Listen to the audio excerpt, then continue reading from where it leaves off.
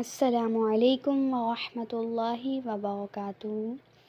کل کی تختی میں ہم لوگ سیکھ رہے تھے کہ قرآن میں کی جانے والی غلطیاں، ان کو آسان الفاظ میں ہم نے سیکھا کہ کس طرح اس کو پڑھا جاتا ہے۔ الحمدللہ مجھے سکھا کر بہت آپ لوگوں کو خوشی ہو رہی ہے، کیونکہ آپ بہت اچھا سیکھنے والے بن رہے ہیں۔ تو دنیا میں بہتر انسان تو وہی ہے نا جو قرآن سیکھے اور اس کو دوسروں کو سکھائے۔ تو چلیے آج کے ہم اپنے لیسن کی طرف چلتے ہیں۔ اعوذ باللہ من الشیطان الرجیم، بسم اللہ الرحمن الرحیم۔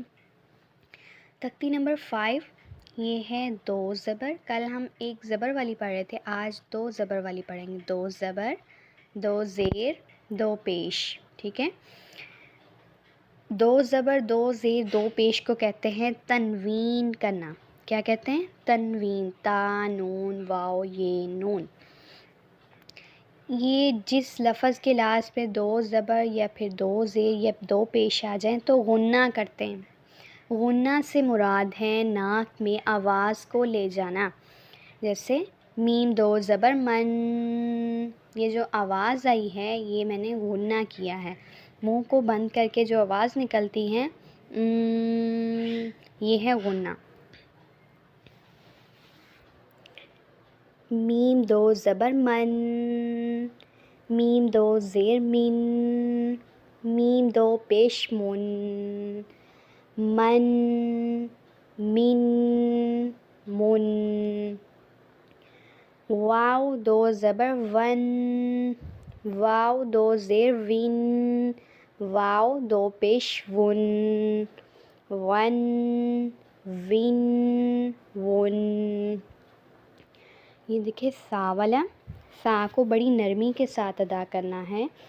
اپنی زبان پر سامنے والے جو دانت ہیں ان کو ٹھہرانا ہے، سائلنٹ پر آواز کرنی ہے۔ سا دو زبر سن، سا دو زیر سن، سا دو پیش سن، سن، سن، سن۔ ایسے ہی زال دو زبر زن، زال دو زیر زن، زال دو پیش زن، زن، زن، زن۔ یہ جو ضا والا لفظ آ رہا ہے یہ بھی نرمی کے ساتھ پڑھا جاتا ہے، سا، زال اور ضا۔ ضا دو زبر ون، ضا دو زیر ضن، ضا دو پیش ضن، ضن، ضن، ضن۔ کچھ لوگ غلطی کر دیتے ہیں یہ والا زال پڑھنے میں اور یہ زا پڑھنے میں، ان دونوں میں ڈفرینس رکھنا ہے۔ یہ دیکھیں اب یہ پڑھیں گے زا دو زبر زن، یہ ایسے والی آواز آئے گی۔ زا دو زیر زن، زا دو پیش زن، زن، زن، زن۔ آگے چلتے ہیں۔ طا دو زبر طن، طا دو زیر طن، طا دو پیش طن، طن، طن، طن۔ یہ را کی طرف چلتے ہیں۔ غا دو زبر غن، یہ میں نے کل آپ کو بتایا تھا جب را کے نیچے زیر آ جائے تو موٹا نہیں پڑھتے، پیچھے ان سے مسٹیک ہو گئی تھی۔ یہ را دیکھیں یہ ادھر گرین بنایا تھا نا، تو ادھر انہوں نے ٹھیک کیا ہے، یعنی بلیک بنایا ہے، اس کو موٹا نہیں پڑھنا۔ را دو زیر رن، غا دو پیش غن، غن، رن، غن۔ یہ قاف دیکھ لیتے ہیں۔ قاف دو زبر قن، قاف دو زیر قن، قاف دو پیش قن، قن، قن، قن۔ اور وہ جو 6 حروف ہیں جن پر غنہ نہیں کیا جاتا وہ ہے حروف حلقی میں سے، وہ ہیں حمزہ، ہا، عین، ہا، غین، خا۔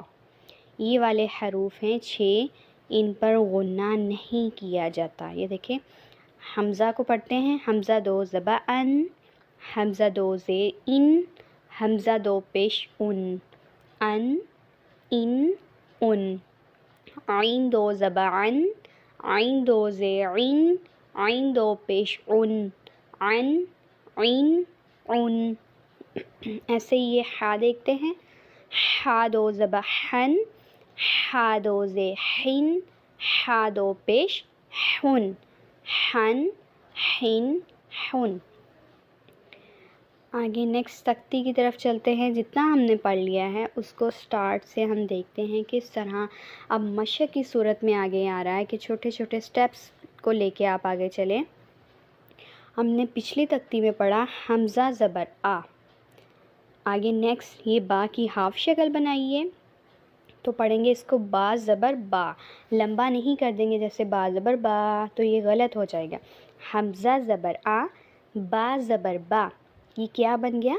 آبا، نہ کہ آبا، یہ غلط ہوگا. آبا. دال دو زبر دن، آبادن. ٹھیک ہے. حمزہ زبر آ. اب ہا نکالنا ہے، ہا زبر ہا، آہا. دال دو پیش دن، آہادن. آگے حمزہ زبر آ، زال زے زی نرمی کے ساتھ، آزی.